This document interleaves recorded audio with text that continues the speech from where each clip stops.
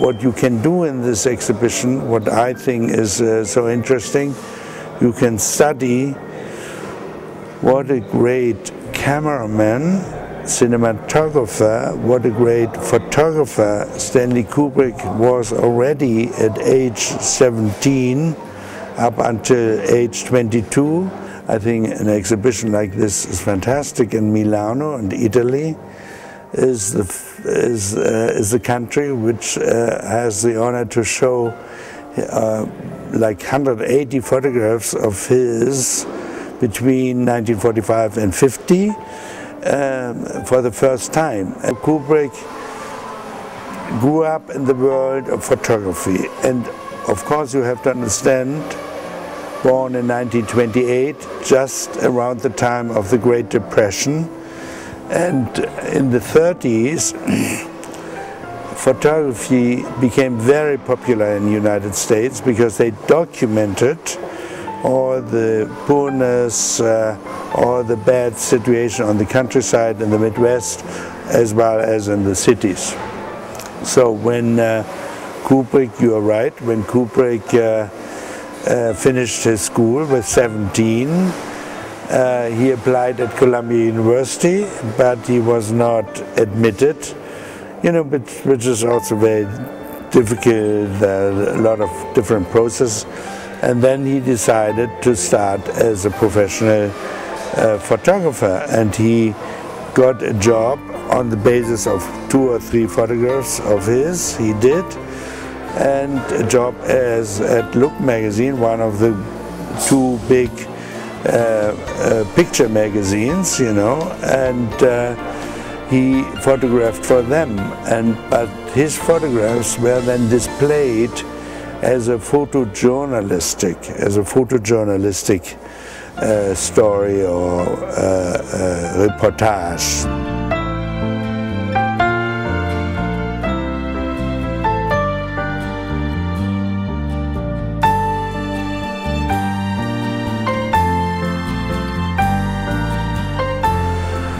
It was definitely a psycho-sociological and socially oriented philosophy. He was interested in the social classes and the different classes and their values. So that was one issue, definitely. You can see that here easily, you know. When he, for example, makes a story of a shoeshine boy, and if you look at this boy, how his hairdo is, for example, he is like a star already with 10, you know, wonderful. He's a great actor. He had already, Kubrick had already the talent to cast the right people and so on and so on.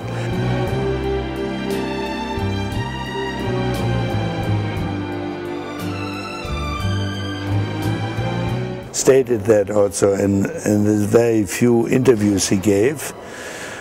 He had the idea to be ambiguous. You understand the word ambiguous? Yes. You know, it's in Italian probably the same. Ambiguity, yes.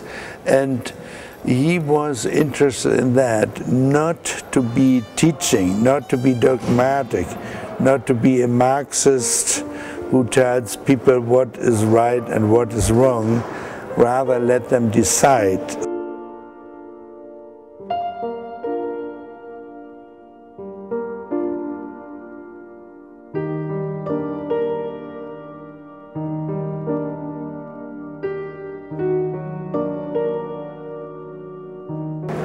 That is actually a very good example for this ambiguity, yes, for the ambiguity. That is at Columbia a big branch of atomic bomb development research. It's a scary picture, yeah? You can sense, you have a feeling for it, but he doesn't, you see, he doesn't let you look into his mind very clearly. He lets it up to the observer, to the public, to the visitor of the exhibition, what he makes out of a picture like that.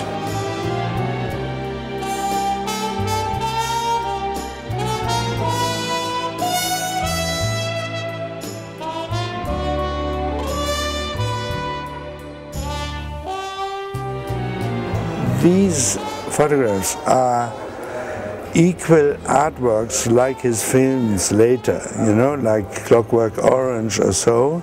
And if you are interested, if one is interested in his later films, for example, I think to study his early photography, because then he was a young genius, to study his early photography is quite important for understanding also the issues he's addressing later in his film. He said the most advanced and the most interesting media is film. That was for him clear. You can see that in these pictures. He always, already with a still camera, 35mm camera, he wanted to basically create storyboards for a film. So he was very early on already a filmmaker.